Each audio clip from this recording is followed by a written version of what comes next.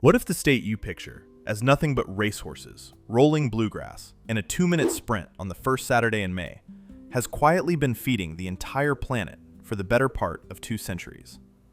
What if the most famous fried chicken on earth, the spirit that fills more than 9 out of every 10 bottles the world calls American whiskey, and a sandwich so simple you order it without thinking, were all born in the same overlooked stretch of the American South? What if Kentucky, a place most people only ever drive through on the way to somewhere they think is more interesting, invented more of your everyday menu than New York, Chicago, and California put together, and then never once asked for the credit? Hi, my name is David, and this is Food Origins, the show where we pull back the curtain on the foods you grew up eating and discover they came from somewhere you never expected.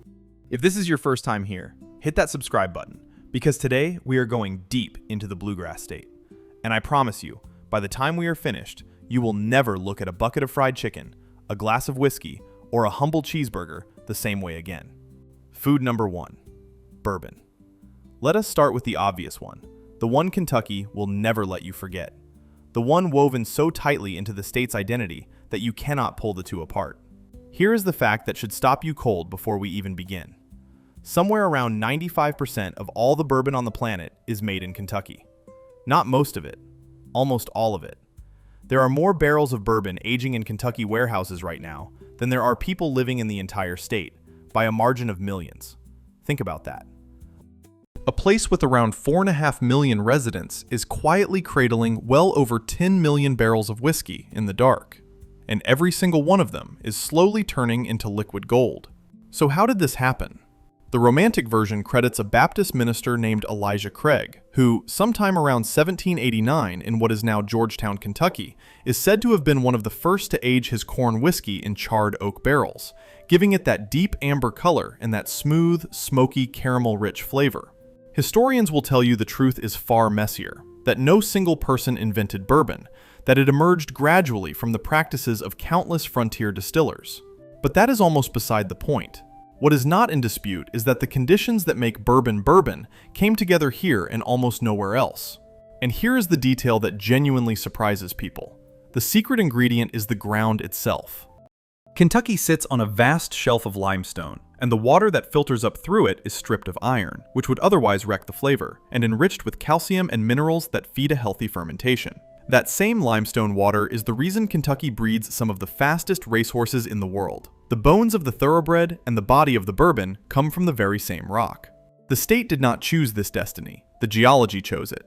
By law, to be called bourbon, the spirit must be made in the United States from a grain mixture that is at least 51% corn, and it must be aged in new, charred oak barrels. In 1964, the United States Congress went so far as to formally declare bourbon a distinctive product of America, a protection usually reserved for things like champagne or cognac. A rough frontier whiskey from the Kentucky backwoods became one of only a handful of foods and drinks that an entire nation legally claims as its own.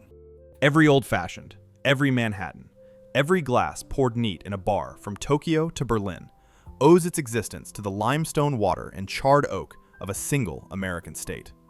That is not a footnote in whiskey history. That is the headline. Food number 2, Kentucky Fried Chicken. Now, you might be thinking, David, the word Kentucky is literally in the name. This one is cheating. Hear me out, because the story of how the most recognizable fried chicken on earth came to exist is far stranger and far more human than the smiling cartoon colonel on the bucket would ever let on. His name was Harlan Sanders, and for most of his life he was, by almost any measure, a failure. He was born in 1890, lost his father at the age of 6, and spent decades drifting through jobs. He was a farmhand, a steamboat pilot, a railway laborer, an insurance salesman, and a justice of the peace. He even studied law by correspondence until a courtroom brawl ended that career. By the time he was 40, Harlan Sanders had almost nothing to show for it. Then, in the early 1930s, he was running a humble service station in Corbin, a small town tucked into the hills of southeastern Kentucky.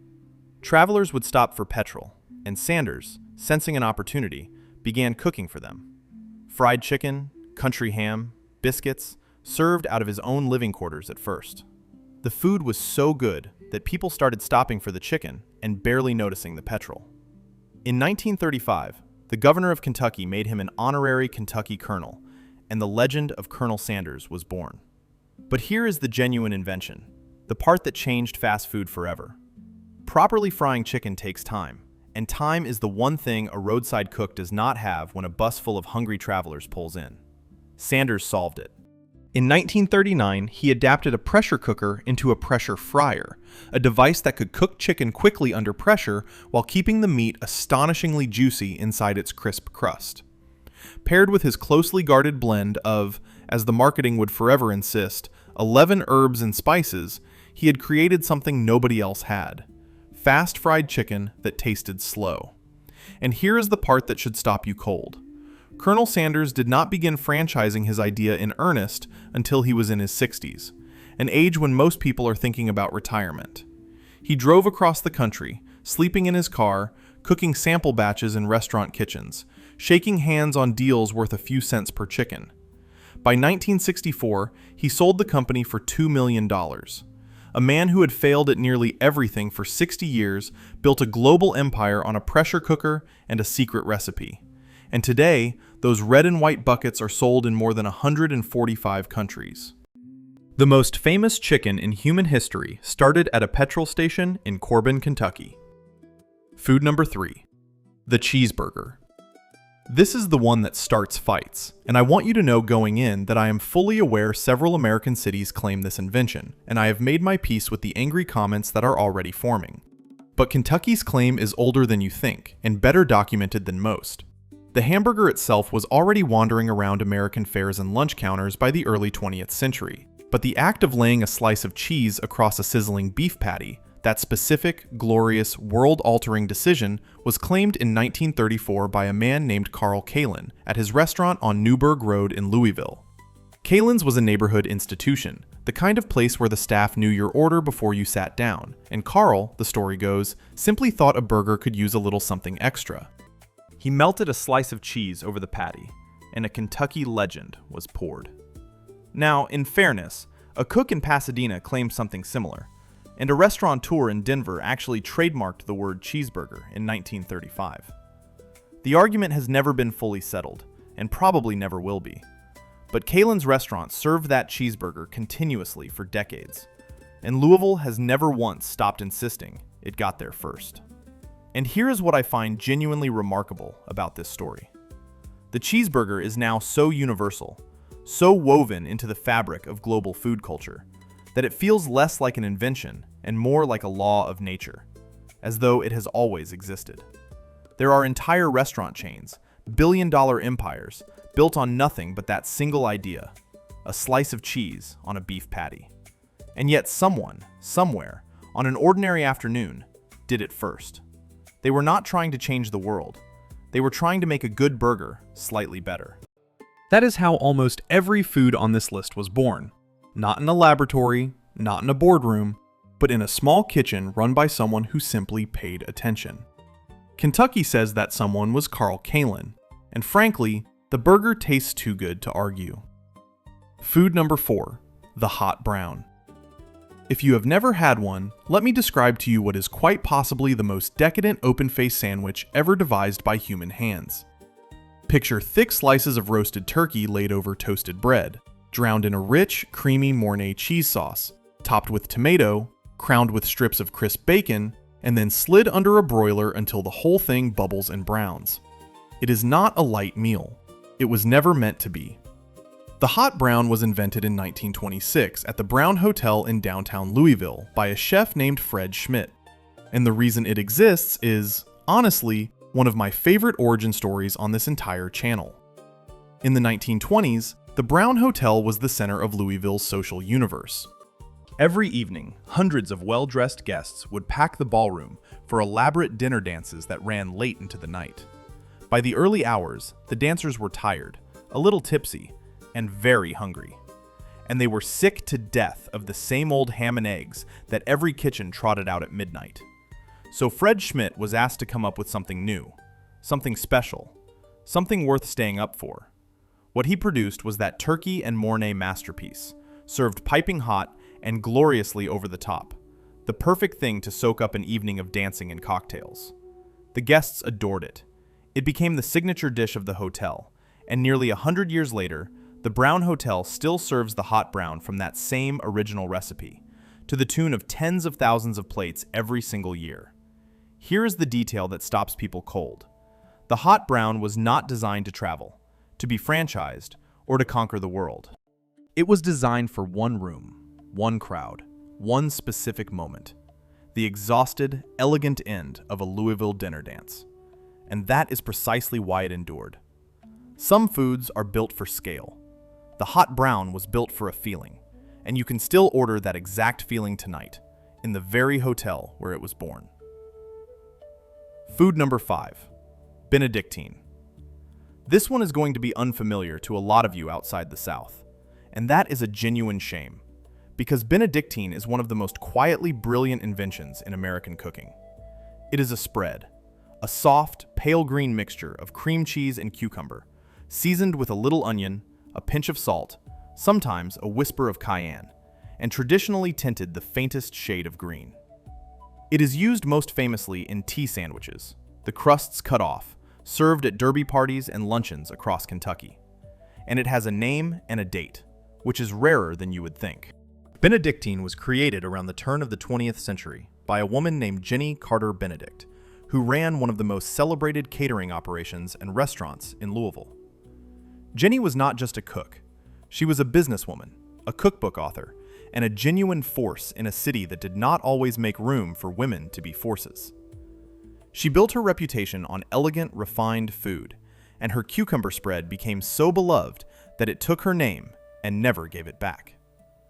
Here is the part that I love. Jenny Benedict almost certainly invented this spread as a practical, affordable way to feed a crowd something that felt fancy. Cream cheese and cucumber are humble ingredients, but served on delicate little sandwiches at a spring gathering, they feel like luxury. That is the same trick Kentucky pulls again and again. Take something ordinary, treat it with care and confidence, and convince everyone it was always elegant. To this day, you cannot attend a proper Kentucky Derby party without a tray of Benedictine sandwiches somewhere on the table. A woman in Louisville invented it well over 100 years ago, and the state has refused to let it go ever since. Most of the country has never heard of it. After today, you have. Food number 6, beer cheese. Now we are getting into proper Kentucky territory, because this one was born not in a fancy hotel, but on the banks of the Kentucky River, and it tastes like it. Beer cheese is exactly what it sounds like. A sharp, tangy spread made from aged cheddar blended with beer, garlic, and a kick of spice, served cold with crackers, pretzels, or celery, and beloved across central Kentucky with an intensity that outsiders find genuinely confusing. The dish traces back to the 1940s, to a stretch of the Kentucky River near Winchester, known for its riverside restaurants. The man most often credited is a restaurateur named Johnny Allman, whose establishment served a snappy, spicy cheese spread, reportedly based on a recipe from his cousin Joe. They put it out on the tables as a free snack, and customers became so addicted to it that people would drive out from miles around just for the cheese, ordering their actual meals almost as an afterthought. Here is the detail that surprises people. Beer cheese was, at its heart, a tactic. A salty, spicy spread makes you thirsty, and a thirsty customer orders another drink. It was hospitality and shrewd business rolled into one bowl. But it escaped the restaurant, the way the best foods always do, and worked its way into home kitchens, grocery shelves, and church gatherings across the region. Today, the town of Winchester, Kentucky calls itself the birthplace of beer cheese, and throws an entire festival in its honor every year, drawing thousands of people to celebrate a spread that started as a free riverside snack. There is even an official beer cheese trail you can drive. A bowl of sharp cheddar and beer, designed to sell more drinks on a hot afternoon by the river, became a cornerstone of an entire region's food identity. That is the Kentucky pattern, over and over. Necessity, a little ingenuity, and a stubborn refusal to let a good thing disappear. Food number 7, Ale 8-1. Say that out loud. Ale 8-1. If you did not grow up in Kentucky, there is an excellent chance you have never heard those words in your life. And Kentuckians will tell you that is your loss, loudly and with great feeling. Ale 8-1 is a soft drink, a crisp, gingery, citrus-laced soda with a gentler fizz and a clean bite. And in central Kentucky, it is not a beverage so much as a way of life. It was invented in Winchester, the very same town that gave us beer cheese, in 1926 by a man named G.L. Wainscott, who had spent years traveling and tasting soft drinks before perfecting his own ginger and fruit formula. The recipe is a closely guarded family secret to this day, but the name is the best part. When the new drink was ready, Wainscott ran a contest to name it, and the winning entry was a pun, a late one, as in the latest and greatest thing. Stylized, it became Ale 81, a name that means absolutely nothing until someone explains it, and then never leaves your head. Here is the detail that genuinely stops people. Ale 81 has been family-owned and made in the same small Kentucky town for nearly 100 years. It never sold out to a global giant. It never chased the whole country. For most of its life, you could only reliably buy it within a short drive of Winchester, and that scarcity turned it into a fierce point of local pride. Kentuckians living abroad have it shipped to them by the case. Returning expats stock their fridges before they have even unpacked. In an age when nearly every beloved regional product eventually gets swallowed by a corporation and watered down, Ale 81 stayed exactly what it was: a stubborn, gingery, hometown original made by the same family that dreamed it up. It is the oldest soft drink still produced in Kentucky, and it has never once apologized for staying small. Food number 8, the old-fashioned. Here is a cocktail you have almost certainly held in your hand, in a dimly lit bar, feeling rather sophisticated. Bourbon, a sugar cube, a few dashes of bitters, a twist of citrus, poured over ice. It is the drink of choice for anyone who wants to look like they know what they are doing. And Louisville, Kentucky will tell you, with absolute conviction, that they invented it. The story goes that in the 1880s, a bartender at the Pendennis Club, an exclusive private club in Louisville, created the drink in honor of a member named Colonel James E. Pepper, a prominent bourbon distiller. Pepper, the tale continues, was so taken with it that he carried the recipe to the bar at the Waldorf Astoria Hotel in New York City, where it became famous, and where much of the world assumed it had been born. Now, I have to be honest with you, the way I always am on this channel. Cocktail historians will point out that the basic formula, spirit, sugar, water, and bitters, is genuinely older, and that asking for a drink mixed the old-fashioned way predates the Pendennis Club. The pure invention claim is shaky. But what is not shaky is the connection to bourbon, and bourbon, as we have already established, is overwhelmingly Kentucky. An old-fashioned made with anything other than Kentucky bourbon is, to a Louisvillian, barely an old-fashioned at all. And here is where Kentucky put its foot down. In 2015, the city of Louisville officially declared the old-fashioned its signature cocktail and built an entire trail of bars dedicated to it. Whether or not a Pendennis Club bartender truly invented the recipe, Louisville claimed the drink, wrapped it around its bourbon, and dared the rest of the world to argue. The glass may say New York made it famous. The bourbon inside has always whispered Kentucky. Food number 9, the Majeska. This is the one with the strangest, most charming name on the entire list, and the story behind it is pure 19th century theater, quite literally. A Majeska is a confection, a soft marshmallow center wrapped in a rich, buttery caramel, the kind of sweet that pulls slowly when you bite it and disappears far too quickly. And it is named after a Polish actress. In 1883, a candy maker named Anton Busath in Louisville created this caramel-dipped marshmallow treat. That same year, the celebrated Polish stage actress Helena Majeska was performing in Louisville, dazzling audiences with her Shakespeare. Busath was so captivated, the story goes, that he asked the actress for permission to name his new candy after her. She graciously agreed, and the Majeska was born, a small-town American sweet carrying the name of an international star of the stage. Here is the detail that stops people. Anton Busath's original candy shop burned down in 1947, decades after he created the treat. The fire could easily have ended the Majeska forever. But the candy had become so beloved in Louisville that other local confectioners had already learned to make it, and they simply carried on. The recipe outlived the man, outlived his shop, and outlived the fire. To this day, family-owned candy makers in Louisville Still hand-make Majeskas the old way. Marshmallow dipped in warm caramel, sold in little boxes that taste like a piece of the city's history. Most candy is named after what it is. The Majeska is named after who inspired it. A single moment of pure admiration between a Kentucky candy maker and a Polish actress that somehow became permanent. More than 140 years later, every Majeska is still, quietly, a standing ovation. Food number 10, Derby pie. And this one comes with a warning, because if I am not careful with my words here, a law firm in Kentucky may well send me a letter. I am only half joking. The Derby pie is a glorious thing, a rich chocolate and walnut pie with a gooey, almost fudge-like center and a flaky crust, served warm, ideally with a little whipped cream, and traditionally enjoyed around the time of the Kentucky Derby in May. It was created in the 1950s at the Melrose Inn in Prospect, Kentucky, by the Kern family, George Kern, along with his parents Walter and Leodra. The story is that the family could not agree on what to call their new pie, so they wrote possible names on slips of paper and pulled one out of a hat.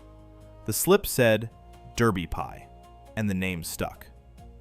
Now here is the detail that genuinely stops people cold, and it is not about the recipe. It is about the lawyers. The Kern family trademarked the name, and they have defended that trademark with a ferocity that has become legendary in the food world. Over the decades, the family business has pursued dozens upon dozens of legal actions against newspapers, restaurants, magazines, and bakeries that dared to use those two words for a similar dessert.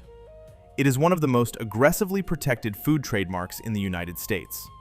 That is why, if you look closely, so many Kentucky restaurants serve a chocolate walnut pie with a careful, deliberately different name. Anything to avoid that letter. Think about that for a moment. A family invented a pie at a small Kentucky inn, drew its name out of a hat, and turned it into a brand so fiercely guarded that the rest of the state has to tiptoe around it. The actual recipe is a closely held secret. The name is a legal fortress. That pie is proof that in Kentucky, even dessert is taken seriously enough to fight for. Food number 11, burgoo. We end, as we always try to, with something that is less a single dish and more a complete expression of the place that made it. Burgoo is Kentucky's great communal stew, a thick, slow-simmered pot of meat and vegetables that has been feeding the state's gatherings for well over a century. And no two pots of it are ever quite the same. Traditionally, burgoo was a clean-out-the-larder affair, a way of cooking whatever meat and produce a community could pull together into one enormous, bubbling cauldron. Historically, that meant game, mutton, pork, chicken, whatever was available, simmered for hours, sometimes a full day, with corn, beans, potatoes, okra, and tomatoes, until everything melted into a rich, savory whole. It was the food of barbecues, of political rallies, of church picnics and county fairs, cooked in cast-iron kettles big enough to feed hundreds. Here is what makes burgoo so quietly important. It was never meant for one person. You do not make burgoo for yourself on a Tuesday night. You make it for a crowd, for a gathering, for a reason to bring people together around a fire and a giant pot and a long, slow afternoon. In Western Kentucky especially, burgoo and barbecue are bound together so tightly that you cannot speak of one without the other. There are towns where the annual burgoo is a genuine institution, where the recipe is argued over with the seriousness of family law. And that, in the end, is the secret of Kentucky food. Strip away the bourbon barrels and the fried chicken empire, and what you are left with is a place that is always cooked for the table, for the porch, for the picnic, for the people. Burgoo does not travel well. It does not franchise. It cannot be bottled or shipped or trademarked. It only works when a community shows up with whatever it has and decides to make something together. Kentucky did not just invent foods. It invented reasons to gather around them. 11 foods, 11 stories. One state that the rest of the country has spent far too long underestimating. Kentucky is not just horses and a famous race. It is not just rolling green hills and the sound of a banjo. It is the place that cradles almost all of the world's bourbon in the dark, that turned a failing roadside cook into the most famous chicken man on the planet, that put cheese on a burger, that invented a midnight sandwich for tired dancers, and that still hand-dips a caramel candy named after a Polish actress who took her final bow in Louisville more than a century ago. The next time someone tells you Kentucky is just a place you pass through, you tell them about the limestone water and the charred oak. Tell them about the pressure cooker in Corbin. Tell them about the cucumber spread, the riverside cheese, the gingery soda the family never sold, and the great communal pot that brings a whole town to the table. I'm David, and this is Food Origins. If this changed the way you think about Kentucky, or the way you think about that glass of bourbon you are going to pour later, hit that like button and subscribe, because we have stories exactly like this one lined up for cities, states, and cuisines that are going to completely rearrange the way you see your plate.